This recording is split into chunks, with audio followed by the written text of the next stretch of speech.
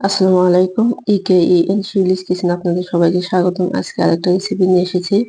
এটা হচ্ছে মুখী কচু। আমাদের এলাকায় এটা মুখী কচু বলে। জানি না অন্য এলাকায় এটা কি বলে। যাই হোক আমি এখানে কড়াইতে তেল নিলাম। এখানে আমি পেঁয়াজ দিয়ে দেব। আমি কিন্তু ওই কচুটা সুন্দরভাবে ছোট, ছোট করে কেটে নিয়েছি। আপনারা আপনাদের মতো করে কেটে নিবেন। আমি এখানে পেঁয়াজ মরিচ দিয়ে দিলাম। এটা একটু ভেজে নেব। আমার এটা ভাজা হয়ে গেছে। আমি এখানে চিংড়ি মাছটা দিয়ে দিব। দেখেন আমি এখানে যেহেতু পানি দিতে হবে আমি চিংড়ি মাছের সাথে এখানে পানিটা দিয়ে দিলাম। যাই হোক এখানে আমি এখন সবকিছু দিয়ে দেবো। এখানে হলুদের গুঁড়া, মরিচের গুঁড়া, ধনিয়া গুঁড়া, লবণ, তারপর হচ্ছে দেবো জিরা বাটা। যাই হোক সবকিছু আমার দেওয়া হয়ে গেছে। আমি একটু নেড়ে চেড়ে এটা একটু কষিয়ে নেব। তারপর আমি আরেকটু মানে এটা নেড়ে চেড়ে দিয়ে তারপর আমি ঢাকনা দিয়ে ঢেকে দেবো।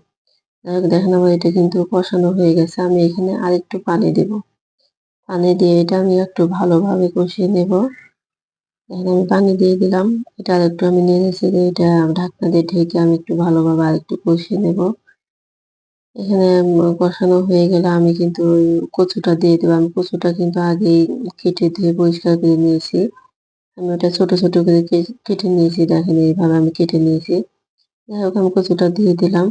কচুটা দিয়ে একটু নেড়ে চেড়ে আমি ঢাকনা দিয়ে ঢেকে দেবো। এটা এখন খুব ভালোভাবে আমি কষিয়ে নেব কচুটা। দেখেন আমি ঢাকনা দিয়ে ঢেকে দিয়েছি। দেখেন আমার এই যে কচুটার অবস্থা দেখেন খুব সুন্দর লাগতেছে। তো যাই হোক এখানে আমার কষানো হয় নাই। আমি আরেকটু কষিয়ে নেব। আমার এখন কষানো হয়ে গেছে। যাই হোক আমি এটা একটু নেড়ে ছেড়ে দেবো। নেড়ে ছেড়ে দেওয়ার পর আমি কিন্তু এখানে পানি দিব।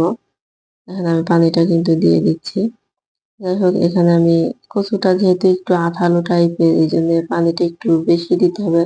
আপনি যতটুকু পরিমাণ ঝোলটা রাখবেন সেই পরিমাণে আপনি পানিটা একটু বেশি দিবেন। যাই হোক আমি এখানে এই কাপে ২ কাপ দেখেন পানি দিলাম। আমার দেখেন কচুটা প্রায় হওয়ার মধ্যে এসে গেছে। আমি আরেকটু নেড়ে চেড়ে ঢাকনা দিয়ে ঢেকে দেব।